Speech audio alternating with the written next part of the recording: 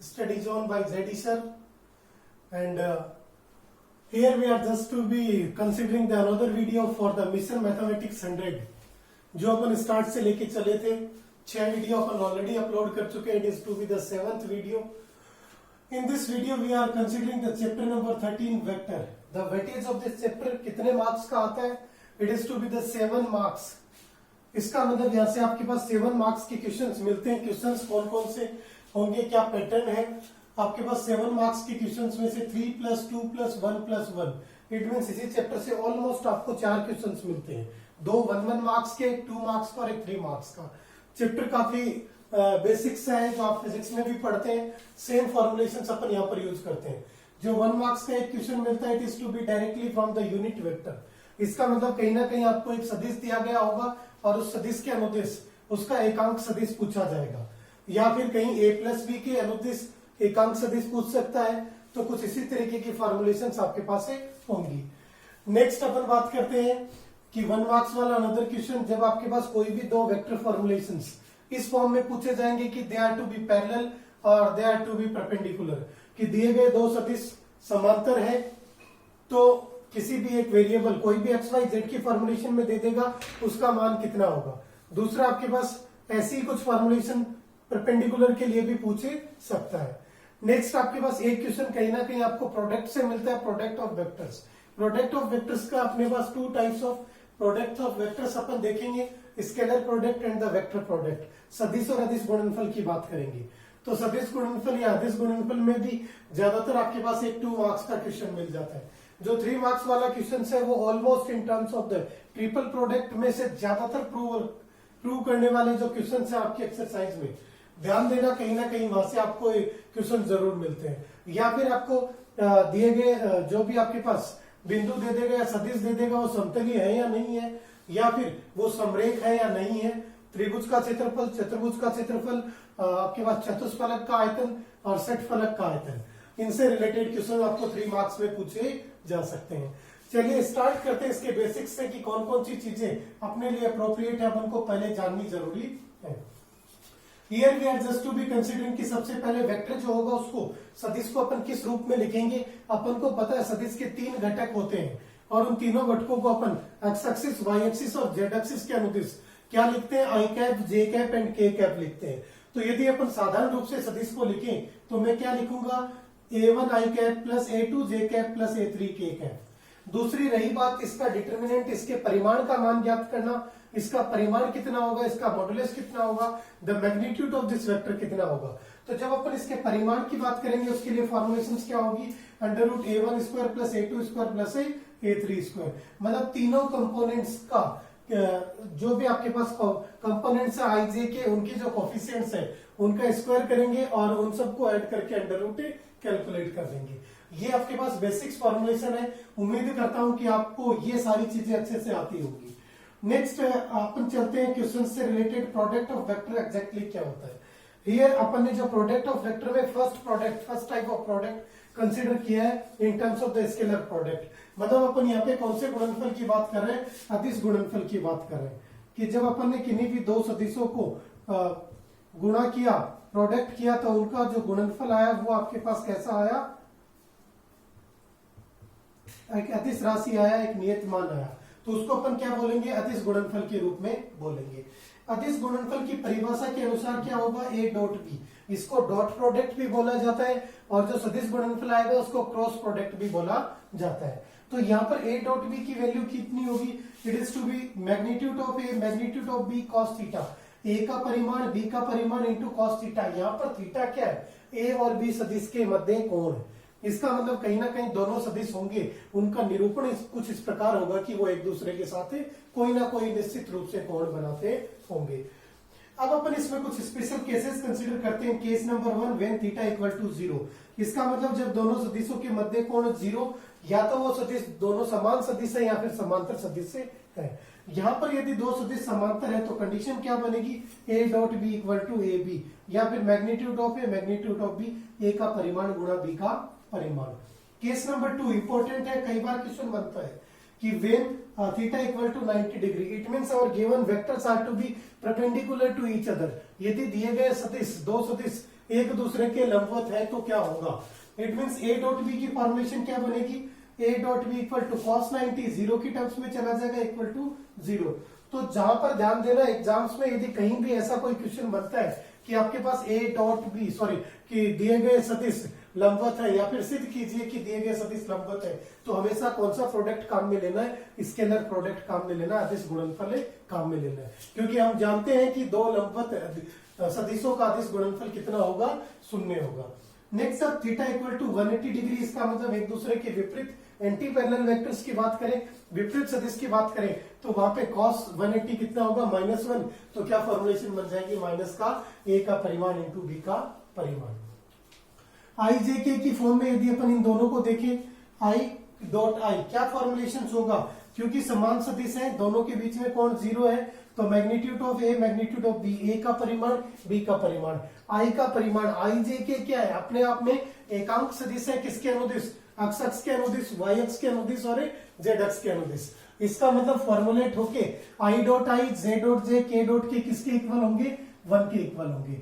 i dot J dot के dot I, ये लंबवत, ये आपके पास क्या 0 क्यों हुए, क्योंकि यहाँ पर i लंबवत है किसके, j के, और j लंबवत है k के, क्योंकि x axis y axis z axis तीनों एक दूसरे के लंबवत होती हैं, they are to be mutually perpendicular to each other.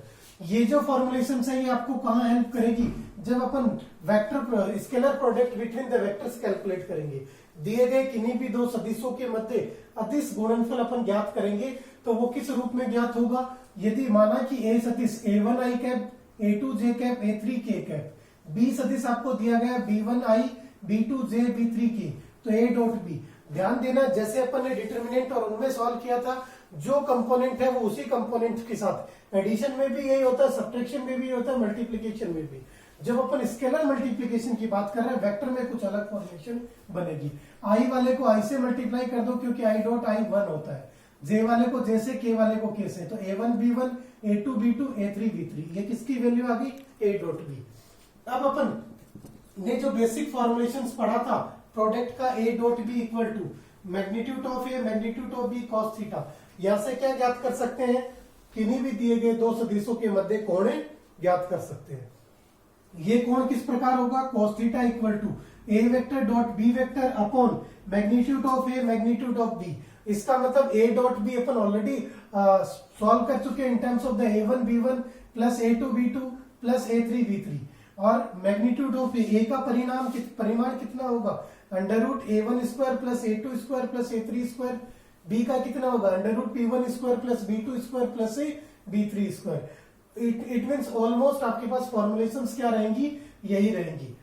तो cos थीटा, ध्यान देना जब भी क्वेश्चन में कहीं भी आपके पास दो वेक्टर्स के मध्य कोण पूछे, हालांकि अपन sin थीटा से भी ज्ञात कर सकते हैं, बट द अप्रोप्रिएट मेथड, जो इजीएस्ट मेथड होगा वो कौन सा होगा, cos थीटा से रिलेटेड होगा। इसका मतलब कहीं ना कहीं आपको किसकी वैल्यूज कैलकुलेट करनी है, cos थीटा की वैल्यूज कैलकुलेट करनी है जब भी आपको एंगल कैलकुलेट करना हो। अब इसी फॉर्मुलेशंस को अपन थोड़ा सा यदि एक्सटेंड करें in terms of the parallel और in terms of the perpendicular vectors, तो देखिए फॉर्मुलेशंस क्या बनेगी, if a and b are to be perpendicular, यदि दिए गए दो सदिश लंबवत हैं, इसका मतलब a डॉट b ये फॉर्मुलेट होके किसके इक्वल हो जाएगा, 0, क्योंकि cos 90 किसके इक्वल होगा, 0 की टर्म्स में, तो ये सारा मल्टीप्लाई होके 0 हो गया, क्या बचा a1 b1 plus a2 b2 plus a3 b3 equal to 0।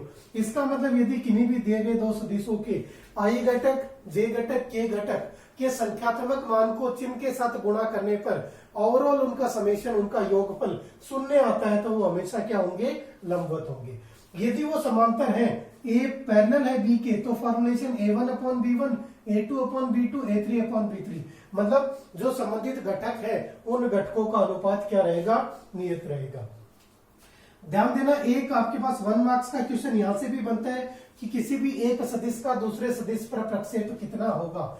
आगे जब अपन एग्जांपल्स की बात करेंगे तो अपन प्रीवियस ईयर्स के कुछ क्वेश्चंस लेंगे, उनमें आप देखेंगे कि क्वेश्चंस का पैटर्न कैसा चला आ रहा है। जो मैं बता रहा हूं एग्जैक्ट फॉर्मुलेशंस वैसी ही आपको मिलती हैं। यदि अपन a के b पर प्रक्षेप की बात करें तो a dot b upon magnitude of a, जिस पर प्रक्षेप ज्ञात करना है उसके परिमाण से भाग देना है, और आपको क्या करना है, स्केलर प्रोडक्ट करना है। यदि b का a पर करना है तो a dot b upon magnitude of a की फॉर्म में आ जाएगा। तो तो ये तो रही अपने पास स्केलर प्रोडक्ट्स की बात। अब अपन चलते हैं वेक्टर प्रोडक्ट्स में। तो देखिए वेक्टर प्रोडक्ट की फॉर्मुलेशंस लिखेंगे तो अपन क्या लिखेंगे, ए क्रॉस बी। फॉर्मुलेशंस क्या बनेगा, वही ए का परिमाण बी का परिमाण into sine theta N cap. Here the n cap आपके पास क्या है, ए और बी दोनों के लंबवत है, ए और बी दोनों के लंबवत है, ध्यान रखना इसका, ए और बी दोनों के लंबवत सदिश है। तो यहां से आपके पास बेसिक्स फॉर्मुलेशंस क्या बनेगी, सबसे पहले अपन ए क्रॉस बी को सॉल्व कैसे करेंगे, जो भी आपके पास जैसे अपन ने जो पहले माना था सेम वही एग्जांपल अपन यहाँ पे ले रहे हैं। A1 A2 A3 B1 B2 B3 मतलब आपको A क्रॉस B का ए और बी का सदिश गुणनफल को हल करना है। तो क्या करेंगे, डिटर्मिनेंट जो हमने सारणिक पढ़ा था उस सारणिक में पहली पंक्ति में, चाहे तो आप कई बुक्स में देखेंगे कॉलम्स में भी मिलेगा, बट कोई प्रॉब्लम वाली बात नहीं है क्योंकि सारणिक में कॉलम और रोज किसी के सापेक्ष भी अपन हल करें आंसर्स वही मिलता है। तो अपन ने फर्स्ट रो को आई जे कैसे लिखा, सेकंड रो में अपन ने ए के कंपोनेंट्स लिखे, बी के कंपोनेंट लिखे। इसको जब अपन सिंप्लीफाई करेंगे सारणिक की प्रसार विधि से तो आपके पास ए क्रॉस बी का मान आ जाएगा। नेक्स्ट फॉर्मुलेशन आप यहां से क्या कैलकुलेट कर सकते हैं, साइन थीटा। बट यहाँ पे मैं साइन थीटा को फॉर्मुलेट नहीं कर रहा हूं क्योंकि यदि आपको एग्जाम में कहीं कोई क्वेश्चन भी आता है किससे संबंधित, कि दिए गए दो सदिशों के मध्य कोण, तो अपन को कौन सा काम में लेना है, कॉस थीटा, क्योंकि डॉट प्रोडक्ट कैलकुलेट करना इजी रहता है as compare to cross product. Third जो फॉर्मुलेशंस एंड द इंपॉर्टेंट, जहां से वन क्वेश्चन बनेगा ही बनेगा, एक तो एक सदिश का दूसरे सदिश पर प्रक्षेप, एक यहां से किसको कैलकुलेट कर रहे हैं, एन कैप। क्या फॉर्मुलेशन बनेगी, A vector cross B vector, दोनों का सदिश गुणनफल बटे magnitude of A magnitude of B, A का परिमाण बी का परिमाण और साइन थीटा। इसको ओवरऑल अपन क्या लिख सकते हैं, A cross B upon magnitude of A cross B. Formulation यही बनेगी। अब ये आपके पास ए क्रॉस बी की फॉर्मुलेशन कैसे आई, देखिए आपके पास क्या है, ए क्रॉस बी का परिमाण कितना होगा, एग्जैक्टली परिमाण इसी रूप में तो परिभाषित होगा क्योंकि जैसे आप ए क्रॉस बी को डिफाइन करेंगे ये तो आपस में एन जो है वो क्या है, इसके लंबवत है। क्वेश्चन में किस फॉर्म में दिया हुआ मिलेगा, जैसे अपन ने पहले देखा कि यहाँ पर कोई भी दो सदिश दिए गए होंगे और फिर पूछ लेगा कि यदि ये सदिश आपस में लंबवत है या फिर इन सदिशों के, दोनों सदिशों के लंबवत कोई एक सदिश या 5 इकाई का एक सदिश ज्ञात कीजिए। जैसे अपन एकांक सदिश से संबंधित सवाल होंगे वैसे यहाँ पे पूछे जाएंगे। इनको भी आगे अपन देखेंगे कि किस तरीके से क्वेश्चन सॉल्व होंगे। क्रॉस प्रोडक्ट्स की यही फॉर्मुलेशंस।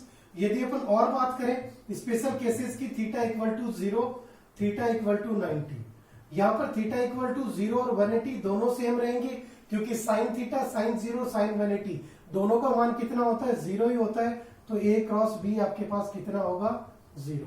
इसका मतलब यदि आपको कहीं ये फॉर्मुलेशन हो कि ए और बी दो सदिश है और दोनों सदिश आपके पास समांतर है तो उनका क्रॉस प्रोडक्ट, उनका सदिश गुणनफल कितना होगा, 0 होगा।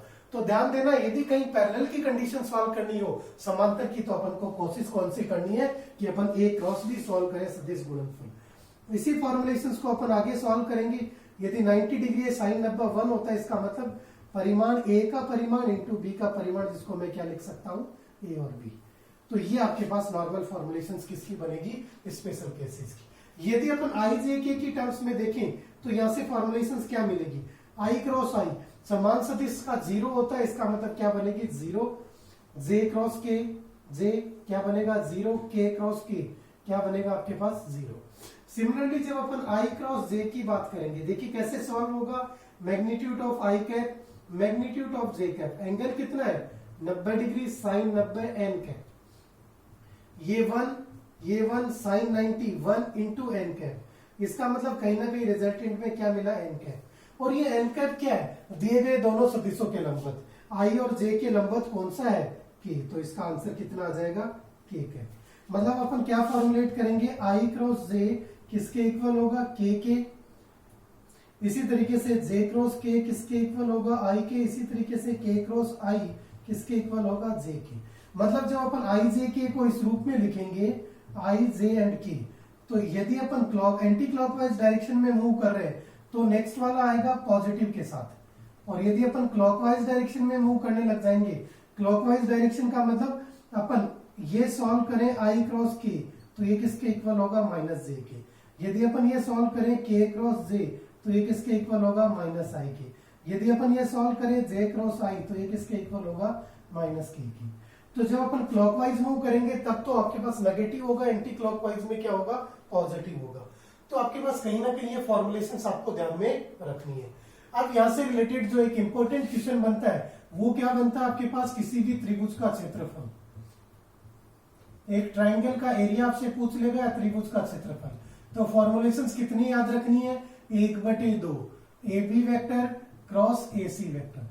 ध्यान रखना यदि आपको बिंदु दे रखे हैं, बिंदुओं के निर्देशांक दे रखे हैं तो आप उनसे दो रेखाओं के समीकरण ज्ञात करेंगे या फिर दो रेखाओं की सदिश ज्ञात करेंगे और उन दोनों सदिशों का सदिश गुणनफल ज्ञात करेंगे, उसको 1/2 करेंगे तो आपके पास त्रिभुज का क्षेत्रफल आ जाएगा।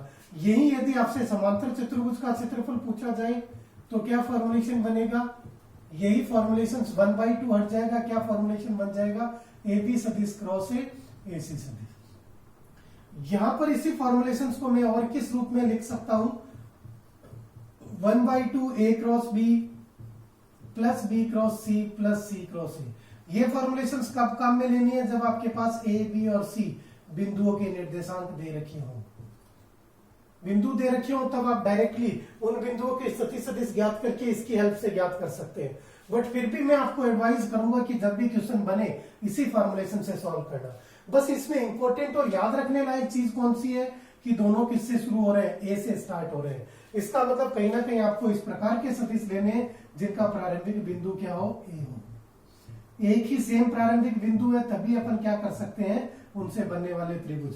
यदि आप ए बी गुणा बी सी कर देंगे, A B cross B C, गलत हो जाएगा। तो इस चीज का आपको स्पेशली ध्यान में रखना है। तो ये तो रहा आपके पास theoretical part. Next cross product का।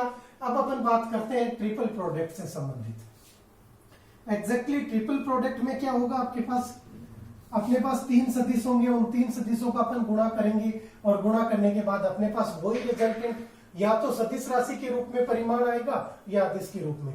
यदि परिमाण सदिश आता है तो आपके पास सदिश त्रिक गुणनफल बन जाएगा, अदिश आता है तो अदिश त्रिक गुणनफल बन जाएगा। बट यदि एग्जाम पॉइंट ऑफ व्यू से देखें तो अदिश त्रिक गुणनफल आपके पास इंपॉर्टेंट है, जहां से आपके पास क्वेश्चंस बनते हैं। त्रिक का मतलब 3 सदिशों का अपन क्या कर रहे हैं, गुणा कर रहे हैं।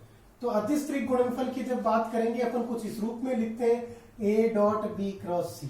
इसका मतलब आप b और c का क्रॉस प्रोडक्ट कर रहे हैं, सदिश गुणनफल, और उसको किसके साथ डॉट कर रहे हैं, a के साथ, तीसरे के साथ डॉट कर रहे हैं, जिसको मैं कुछ इस रूप में भी लिखूंगा abc। और इसको सिंप्लीफाई करना होगा तो मैं इस तरीके से डिटरमिनेंट लिखूंगा a1 a2 a3 b1 b2 b3 c1 c2 c3।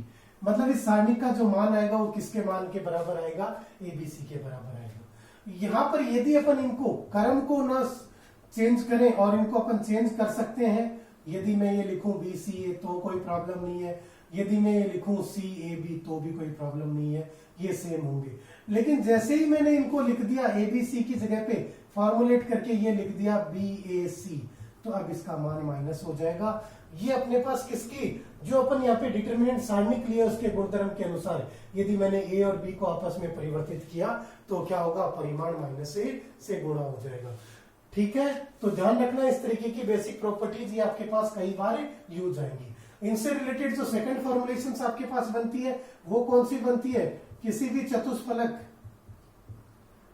का आयतन, किसी भी चतुष्फलक का आयतन ज्ञात करने का फॉर्मुलेशंस क्या होगा, वॉल्यूम की अपन बात कर रहे हैं, यहाँ पे फॉर्मुलेशंस क्या होगा कि अपन ए बी सी कैलकुलेट करेंगे, इट इज टू बी 1/6। यदि अपन यहीं पे षटफलक की बात करेंगे, षटफलक के आयतन की बात करेंगे तो ये क्या फॉर्मुलेशन बन जाएगी, ए बी सी का फॉर्मुलेशंस बन जाएगी। यहां से एक क्वेश्चन और बनता है जो कई बार आपसे पूछा जाता है, किस रूप में पूछा जाएगा, समतलीयता के समय। यदि समतलीयता की बात करेंगे तो आपके पास ए बी सी का परिमाण कितना होना चाहिए, 0। इसका मतलब किन्हीं भी 3 सदिशों का सदिश अदिश त्रिक गुणनफल यदि 0 होता है तो वो आपस में क्या होंगे, समतलीय होंगे। ये तो आपको जब सीधे सदिश दे रखी हो, यदि आपको इनकी जगह पे बिंदु दे दे ए बी सी डी, तब ये फॉर्मुलेशंस किस रूप में चेंज हो जाएगी, अपन क्या करेंगे, ए बी ए सी और ए डी। इन तीनों सदिशों के लिए क्या सॉल्व करेंगे, सदिश त्रिगुणनफल सॉल्व करेंगे। यदि वो 0 आता है तो वो समतलीय होगा, अदरवाइज समतलीय नहीं होगा। तो ये तो रही अपने पास बेसिक थ्योरेटिकल पार्ट्स की बात। अब अपन आगे चलते हैं, इसके रिलेटेड प्रीवियस ईयर्स में आए हुए क्वेश्चंस कौन से हैं, उनको अपन किस प्रकार से सिंप्लीफाई करेंगे करके जरूर बताएं। अब अपन यहाँ पे कुछ क्वेश्चंस ले रहे हैं। फर्स्ट क्वेश्चन अपन यहाँ पे ले रहे हैं, आपको कोई भी एक सदिश गिवन है, ए एक मात्रक सदिश है, मतलब ए जो गिवन है वो कैसा आपके पास मात्रक सदिश। मात्रक सदिश का मतलब it is to be a unit vector. फिर आपसे पूछा गया है कि आपके पास x minus A, x minus x plus B, x plus A, x minus A equal to 80। Vector की फॉर्मुलेशन में सदिश ए सदिश x इक्वल टू 80 है, तो आपको क्या ज्ञात करना है, मैग्नीट्यूड ऑफ x वेक्टर आपको ज्ञात करना है। तो देखिए कैसे अपन इसको सिंप्लीफाई करेंगे, फॉर्मुलेशंस क्या बनेंगी। ए आपको मात्रक सदिश दिया हुआ, एकांक सदिश, इसका मतलब आपके पास जब भी अपन सॉल्यूशन स्टार्ट करेंगे अगेन वही मात्रक सदिश है, इसका मतलब मैग्नीट्यूड ऑफ ए कितना बनेगा आपके पास 1 बनेगा। ये जो फॉर्मुलेशन है, इस फॉर्मुलेशन को अपन डायरेक्टली सॉल्व कर सकते हैं, या फिर क्वेश्चन क्या कह रहा है आपके पास, X vector minus A vector multiply by X vector plus A vector equal to 80। Simplify करेंगे, क्या फॉर्मुलेशन आपके पास बनेगी, मल्टीप्लाई करते हैं x into x, magnitude x dot x की फॉर्म में ले आते हैं इसको, तो आपके पास फॉर्मुलेशन क्या बनेगी, x vector dot x vector minus A vector dot x vector minus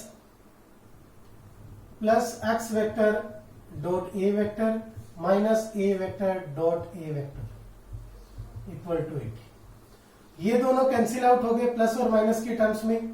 x किस फॉर्मुलेशन में बना आपके पास, in terms of the magnitude of x, magnitude of x same formulation बनेगा। यहाँ पे आपके पास मैग्नीट्यूड ऑफ x ही तो कैलकुलेट करना है, magnitude of x, magnitude of x। कोण बीच में कितना होगा, डॉट प्रोडक्ट है cos 0, cos 0 की वैल्यू कितनी होगी, 1 होगी। ये तो यही formulation minus a vector magnitude of a, magnitude of a vector, formulation वही बनेगी आपके पास इक्वल टू 80। तो यहां से क्या फॉर्मुलेशन मिला, x square minus A square equal to 80। इसकी वैल्यू आपके पास कितनी है, ए स्क्वायर 1 आएगा, क्योंकि मैग्नीट्यूड ऑफ ए कितना है 1, तो इसकी वैल्यू पुटअप करेंगे तो एक्स स्क्वायर इक्वल टू कितना आ गया, ये प्लस होके 81, एक्स की वैल्यू कितनी आ गई, it is to be the plus minus 9। आपको वेक्टर की फॉर्मुलेशंस में लिखना है, तो यहाँ पे मैग्नीट्यूड ऑफ एक्स वेक्टर आपके पास किस फॉर्म में आ, ध्यान देना यहाँ से सॉल्व करते टाइम इसको इसी फॉर्मुलेशंस के रेस्पेक्ट में आपको सिंप्लीफाई करना है। तो मैग्नीट्यूड ऑफ एक्स स्क्वायर कितना आया 81, मैग्नीट्यूड ऑफ एक्स कितना आ गया, it is to be equal to the plus minus 9। Clear है, ये आपके पास क्या था, फर्स्ट क्वेश्चन था जो प्रीवियस ईयर्स के एग्जामिनेशन में 2012 में पूछा गया था। नेक्स्ट क्वेश्चन की अपन बात करते हैं। आपको एक वेक्टर ए गिवन है इन terms of the 2i plus J plus 3k and second vector आपको बी वेक्टर गिवन है इन terms of the 3i plus 5j minus 2k। आपसे पूछा गया a क्रॉस b ज्ञात करना है। चलिए एक दो क्वेश्चंस और लिख लेते हैं ताकि अपन उनको साथ ही सबको एक्सप्लेन कर सकें।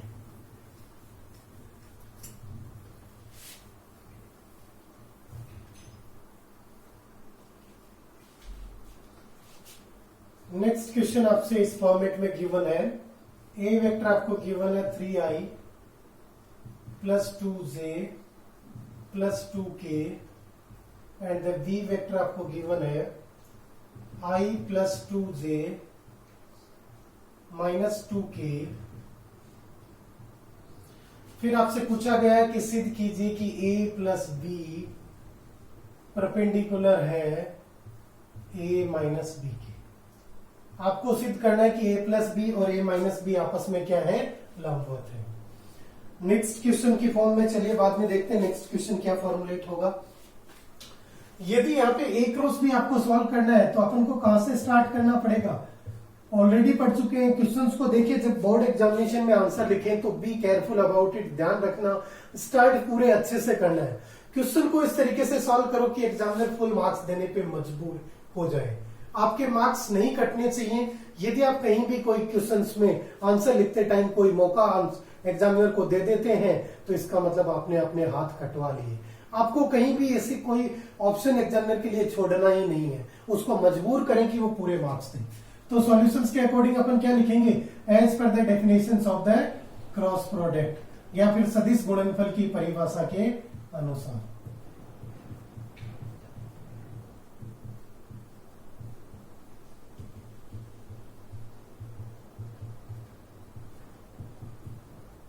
सदिश गुणनफल की परिभाषा क्या कहती है, एक वेक्टर क्रॉस बी वेक्टर किसके इक्वल होगा, आई जे के। ए की वैल्यूज कितनी गिवन है, 2 1 3 3 5 एंड -2। सिंप्लीफाई करते हैं, क्या फॉर्मुलेशन आएगी, आई फर्स्ट रो फर्स्ट कॉलम को छोड़ देते हैं, ये कितना है -2, तो -2 -15 माइनस जे। माइनस क्यों लिया, याद रखिए जब आपने डिटर्मिनेंट सारणी को पढ़ा था तभी ऑर्डर पढ़ा था। माइनस जे के रेस्पेक्ट में सॉल्व करेंगे, ये कितना आएगा -4 -9 प्लस के रेस्पेक्ट में सॉल्व करेंगे तो कितना बनेगा 10 -3। सिंप्लीफाई किया, माइनस का 17 आई कैप माइनस और माइनस प्लस 13 जे कैप प्लस 7 के कैप। तो ये आपके पास किसका आंसर आ गया, ए क्रॉस बी। ध्यान देना यदि ए डॉट बी पूछा जाता तो यहाँ पे आंसर आई जे के की फॉर्म में नहीं आता, आंसर आई जे के की फॉर्म में तभी आएगा जब आपसे वेक्टर प्रोडक्ट पूछा जाएगा। ये रहा था अपना क्वेश्चन नंबर 2। अब अपन चलते हैं क्वेश्चन नंबर 3। दो सदिश आपको दिए गए, आपसे पूछा गया कि सिद्ध कीजिए कि a प्लस बी और a माइनस बी समांतर है। इसका मतलब पहले अपन क्या फाइंड आउट करेंगे, a और b तो गिवन है, तो इन दोनों को आंसर में वापस से लिखना है। ध्यान देना टाइम आपके पास सफिशिएंट रहता है, यदि क्वेश्चंस को सही करते चलेंगे तो टाइम की कमी नहीं आएगी। एक क्वेश्चन भी गलती से भी दोबारा करना पड़ गया तो टाइम कम पड़ेगा।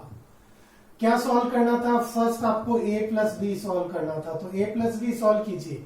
a को b के साथ लिखेंगे, आपको पूरे फॉर्मेट्स में लिखना है। 3i plus 2j plus 2k किसके इक्वल होगा, plus i plus 2j minus 2k। ये a सदिश और ये b सदिश, दोनों को ऐड किया तो कितना मिला, 4i cap plus 4j cap plus 0k cap. ये किसकी वैल्यू मिली आपको, a vector plus b vector. Next आपको क्या कैलकुलेट करना है, नेक्स्ट आपको कैलकुलेट करना है a vector minus b vector. जब माइनस करेंगे तो यही formulation 3i plus 2j plus 2k किसके साथ माइनस करेंगे, माइनस का i plus 2j minus 2k। 3 minus 1 कितना होगा, 2i, 2 माइनस 2 कितना हो गया, 0j, 2 माइनस और माइनस प्लस कितना हो गया, 4k। दोनों वैल्यूज आ गई, a vector plus b vector और a vector minus b vector. Now अब आपको क्या प्रूव करना है कि इफ यदि आपके पास कोई भी दो सदिश लंबवत है, if two vectors are perpendicular, then क्या फॉर्मुलेशंस मिलेगा, a plus b dot a minus B equal to 0। यही फॉर्मुलेशन थी, यदि कोई भी दो सदिश लंबवत है तो उन दोनों का डॉट प्रोडक्ट क्या होना चाहिए, 0। चलिए करते हैं दोनों का dot product. 4i plus 4j multiplied by 2i plus 4k। जब अपन इनको आगे सिंप्लीफाई करेंगे तो फॉर्मुलेशन i को i से किया, क्या फॉर्मुलेशन मिला, 8 का फॉर्मुलेशन मिला। j है नहीं होगा, k है नहीं तो आपके पास नहीं होगा। तो क्या ये आपके पास परपेंडिकुलर है क्या, डज नॉट, इसका मतलब इसकी value 8, it does not equal to 0, इसका मतलब ये आपस में एक दूसरे के लंबवत नहीं है। तो क्वेश्चन में देखते हैं, एक बार क्रॉस वेरीफाई कर लेता हूं क्वेश्चंस को, क्या पूछा गया था आपसे।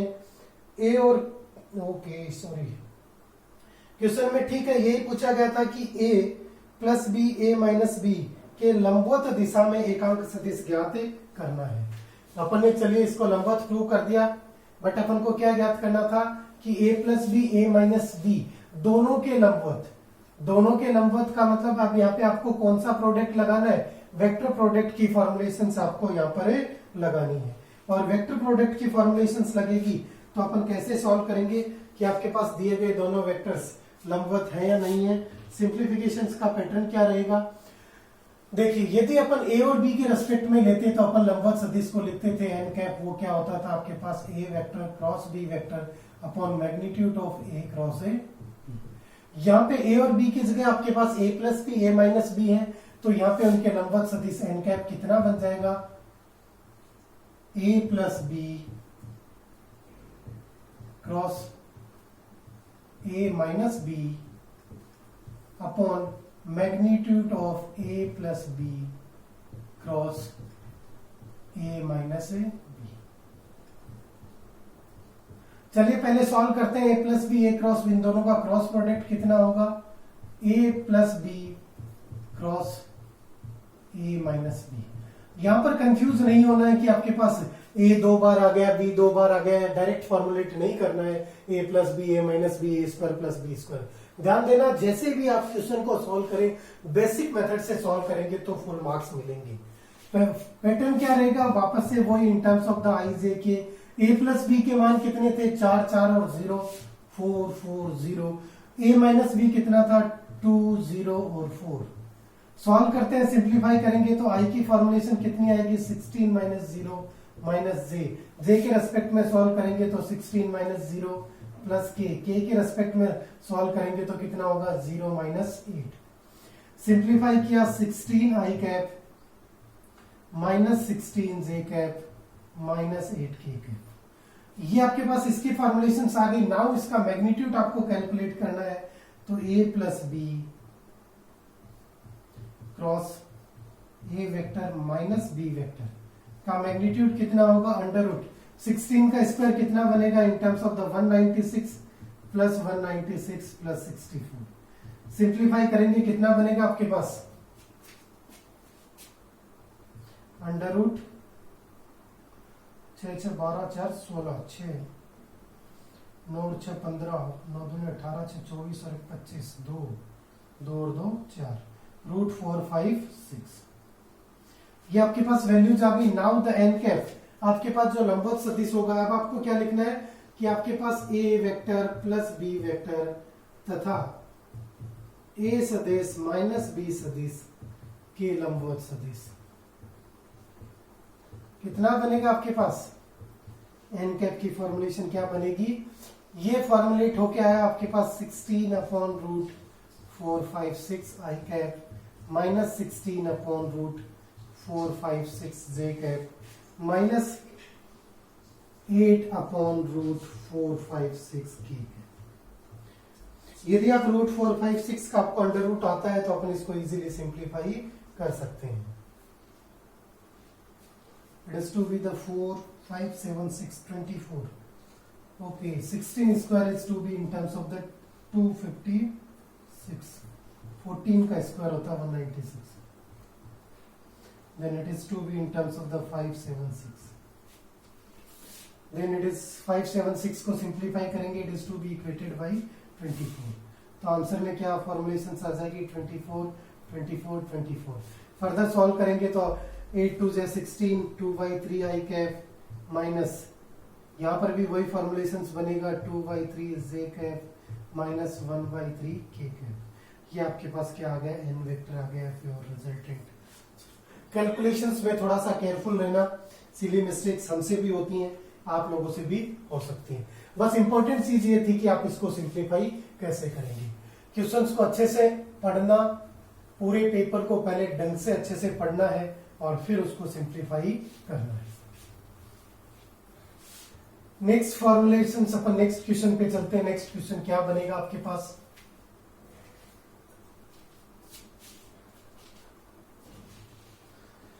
देखिए क्वेश्चन आपको गिवन है इन टर्म्स ऑफ द ए और बी, आपके पास कोई भी सदिश है तो आपको प्रूव करना है ए क्रॉस बी का square equal to magnitude of A का स्क्वायर मैग्नीट्यूड ऑफ बी का square minus A dot B का स्क्वायर। देखिए अब अपन इस क्वेश्चन को सिंप्लीफाई करना है, प्रूव करना है। प्रूव दैट वाले क्वेश्चंस पहले भी बता चुका हूं कि इस तरीके के क्वेश्चंस ऑलमोस्ट हर बार एग्जाम में पूछे जाते हैं। एलएचएस पार्ट आपके पास क्या है, ए क्रॉस बी के मैग्नीट्यूड का स्क्वायर। ए क्रॉस बी को सिंप्लीफाई कीजिए, क्या फॉर्मुलेशन मिलेगी? Magnitude of A magnitude of B sine theta N cap का स्क्वायर, यही फॉर्मुलेशंस मिलेगी। यदि अपन इसको एक्सपेंड करें तो क्या मैं इसको इस प्रकार लिख सकता हूं, मैग्नीट्यूड ऑफ ए वेक्टर का square magnitude of B vector का square sine square theta. N cap आपके पास कहीं ना कहीं एक डायरेक्शनल वेक्टर है। अब मैं साइन स्क्वायर थीटा को क्या लिख सकता हूं, 1 माइनस कॉस स्क्वायर थीटा। क्योंकि क्वेश्चंस में कंफ्यूज नहीं होना है, जैसे आप इस पैटर्न को ऑब्जर्व करेंगे तो आपके पास फॉर्मुलेशंस क्या मिल रही है कि आपके पास इस फॉर्मुलेशंस को सॉल्व करेंगे तो भी आप पहुंच जाएंगे। क्योंकि यहां से आप क्या लिखेंगे, A magnitude of A magnitude of B cos theta 1 minus cos square theta क्या बन जाएगा, साइन स्क्वायर थीटा। यहाँ पे मैं साइन स्क्वायर थीटा को क्या लिख रहा हूं, magnitude of A square magnitude of B square into 1 minus cos square theta. तो अब अपन जब इसको सिंप्लीफाई करने जाएंगे तो अब अलग से मल्टीप्लाई करेंगे तो क्या मिलेगा, magnitude of A square magnitude of B square minus magnitude of A square magnitude of B square cos square theta. इस पूरी फॉर्मुलेशंस को मैं क्या लिख सकता हूं, it is to be the magnitude of A square magnitude of B square minus, इसको मैं लिख सकता हूं ए डॉट बी का स्क्वायर और it is to equal to your RHS. Clear है? तो इस तरीके के क्वेश्चंस प्रूव करने वाले पूछे जाते हैं। चलिए नेक्स्ट क्वेश्चन पे चलते हैं। नेक्स्ट क्या फॉर्मुलेशंस आपसे पूछी जा सकती है। अगले क्वेश्चन की बात करें तो आपको क्वेश्चन गिवन है, एक समांतर चतुर्भुज जिसकी संलग्न भुजाएं, मतलब आपके पास एडजेस्टेंट जो ब्रांचेज होती हैं वो आपको गिवन है, एडजेस्टेंट साइड्स गिवन है, क्रमागत जो भुजाओं की अपन बात कर रहे हैं। यहाँ पर आपको एक चतुर्भुज की दो भुजाएं किस रूप में दी गई है, 2i cap minus 4j cap plus 5k cap. अपन एज्यूम कर लेते हैं फर्स्ट भुजा को a से लिखा है, सेकंड भुजा को अपन ने b से लिखा है, किस रूप में है, i minus 2j minus 3k। आपको पूछा गया समांतर चतुर्भुज का क्षेत्रफल और विकर्ण के समांतर मात्रक सदिश ज्ञात करना है। फर्स्ट तो क्या पूछा गया, क्षेत्रफल पूछा गया है। सेकंड आपसे क्या फॉर्मुलेट करवाया गया है, विकर्ण के जो आपके पास समांतर चतुर्भुज बनेगा उसके विकर्ण के समांतर मात्रक सदिश।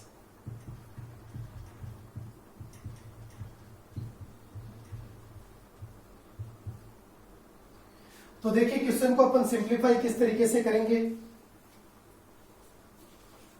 इस क्वेश्चन को आप किसी भी तरीके से सॉल्व कर सकते हैं। यदि अपन बात करें समांतर चतुर्भुज की तो कुछ इस प्रकार का चतुर्भुज आपके पास बनेगा।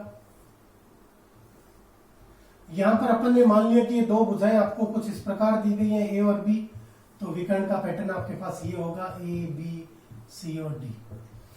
अब आपसे ये पूछा गया कि इसका क्षेत्रफल कितना होगा, तो चतुर्भुज के क्षेत्रफल के लिए अपन ऑलरेडी देख चुके हैं। सॉल्यूशन में क्या लिखेंगे, चतुर्भुज का क्षेत्रफल, क्या फॉर्मुलेशंस बनेगी आपके पास, वेक्टर फॉर्मुलेशंस में अपन लिख सकते हैं ए बी क्रॉस ए सी, या फिर दूसरे पैटर्न में अपन लिखते तो अपन इसको क्या लिखते हैं, A cross B plus B cross C plus C cross A. Formulations आपके पास कौन सी गिवन है, दो ही सदिश आपके पास गिवन है, तो दोनों सदिशों के रेस्पेक्ट में अपन पहले उनको क्या करेंगे, ओरिजिन पॉइंट के रेस्पेक्ट में सॉल्व करेंगे और फिर दोनों को डायरेक्टली क्या करेंगे, अपने सिंप्लीफाई करेंगे। यहां से फॉर्मुलेशंस देखिए कितनी बनेगी, क्रॉस प्रोडक्ट को सॉल्व करना है तो आई जे और के की फॉर्मुलेशंस बनेगी। ये जो ए बी सदिश है इसी को अपन ने ए माना है। ध्यान देना जब आप क्वेश्चंस को बुक्स से पढ़ते हैं या कहीं सॉल्यूशंस देखते हैं तो अलग अलग फॉर्मेट में गिवन होंगे, बट आपको आपके स्पेसिफिक पैटर्न के अकॉर्डिंग चल रहा है। ये आपके पास आपने ए वेक्टर माना है तो ए वेक्टर को डायरेक्ट लिखिए 2 माइनस 4 5, ये कितना होगा 1 माइनस 2 माइनस 3। चलिए सिंप्लीफाई करते हैं। फॉर्मुलेशंस क्या बनेगी, आई इंटू सॉल्व करेंगे कितना बनेगा 12 माइनस माइनस प्लस 10 माइनस जे को सॉल्व करेंगे तो क्या फॉर्मुलेशंस बनेगी, माइनस 6 माइनस 5 प्लस के को सॉल्व करेंगे क्या फॉर्मुलेशन बनेगी, minus 4 minus and minus plus 4।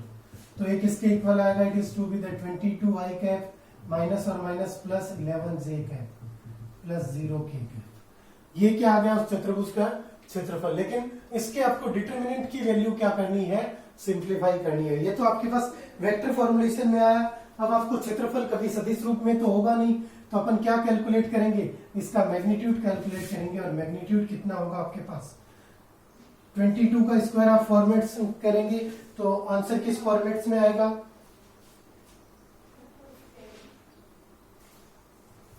यहाँ पे अपन लिखेंगे 22 square plus 11 square plus 0 square. Simplify कर लेंगे, क्वेश्चन का आंसर बन जाएगा। नेक्स्ट पार्ट देखिए, आपके पास क्या फॉर्मुलेट होके आ रहा है, विकर्ण का समांतर मात्रक सदिश की बात कर रहे हैं। तो विकर्ण के समांतर मात्रक सदिश, ये आपके पास ध्यान दीजिए, जब अपन ने स्टार्टिंग में पढ़ा था कि किसी भी दिए गए सदिश की दिशा में एकांक सदिश ज्ञात करना, इसका मतलब विकर्ण के समांतर एकांक सदिश आपसे पूछा है।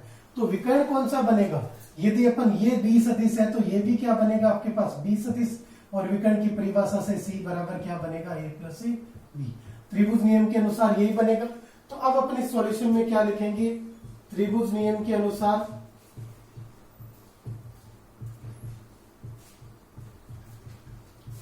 क्या फॉर्मुलेशंस बनेगी, C equal to A plus B.